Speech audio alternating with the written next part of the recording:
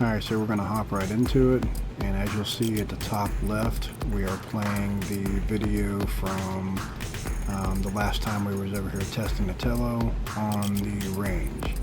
So I figured to run them both kind of side by side, picture in picture if you will. That way you can get a little bit of a comparison on what the range extender does. We're up about 30 meters. Going to go out about 30 meters as well. My goal is to eventually get next to that circle over there, which is in front of the school. Generally when I get over there, I experience a lot of video choppiness, Wi-Fi interference, whatever you call it. It's a little bit on the windy side today. As you can see, it's starting to chop up a little bit. This is always where it starts to chop. I might have a little bit more range, but I don't know. Unless I got something set rolling this extender, it's not really giving me a whole lot here.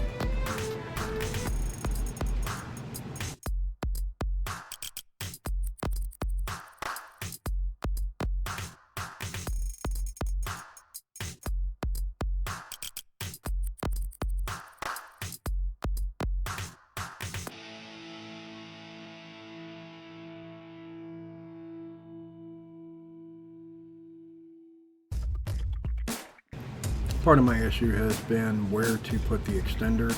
I've got it on a separate battery pack. In my eyes, I figured that it would go, I don't know, halfway between the length that I wanted to travel. I don't think that that's how you're supposed to operate it. So if anybody has any ideas or knows where you're supposed to put that, maybe you're just supposed to carry it on, you have it next to you, just let me know. Leave me a comment or something here and kind of check it out, you know, because I really don't know where it's supposed to be.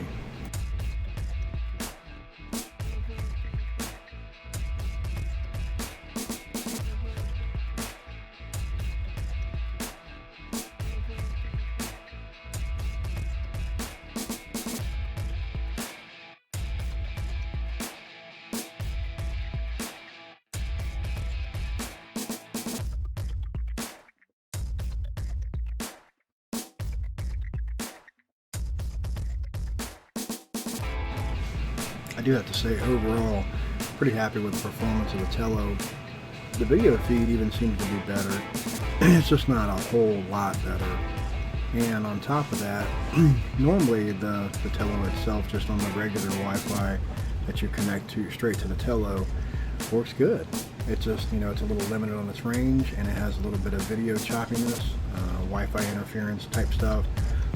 But the actual video is 720, so it's not terrible. And for what I like to do, it's kind of perfect.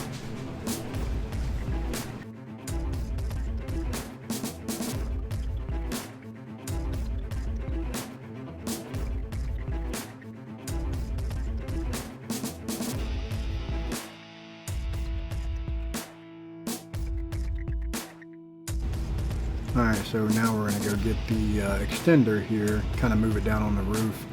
I have no idea if it makes any difference or not, but just trying to find a sweet spot for this thing because it seems to be okay, but as of right now, I'm not really that impressed with it.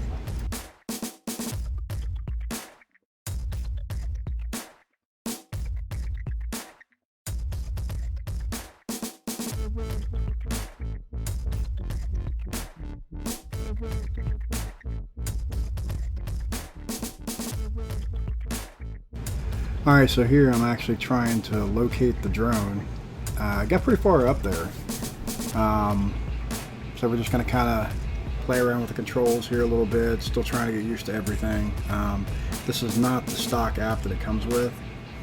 This is another app that I had bought that I think is much better. It's got better options on it.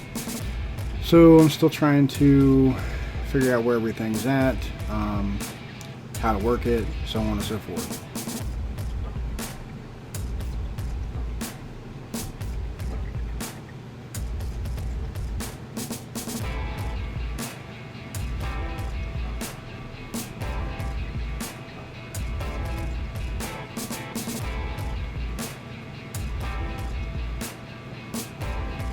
So if you look real closely, you can see that the drone is actually It's kind of centered above where them power lines are at over there. That's a like a little preschool.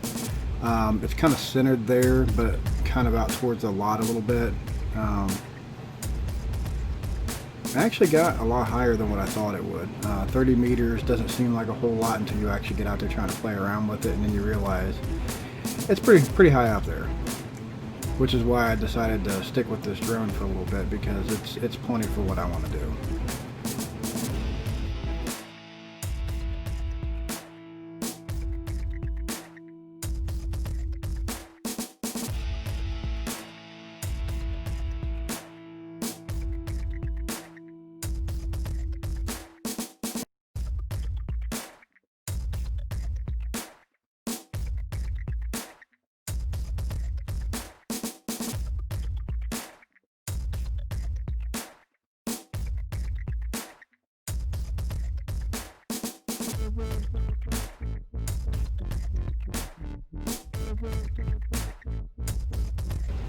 We're going to go ahead and bring it down now. I'm going to go ahead and call that kind of a successful test. The extender does work, but it's not like it gives it a terribly long extension of reach or quality or any of that jazz. Could just be the one that I bought. I don't know. But it definitely isn't as good as I originally thought it was.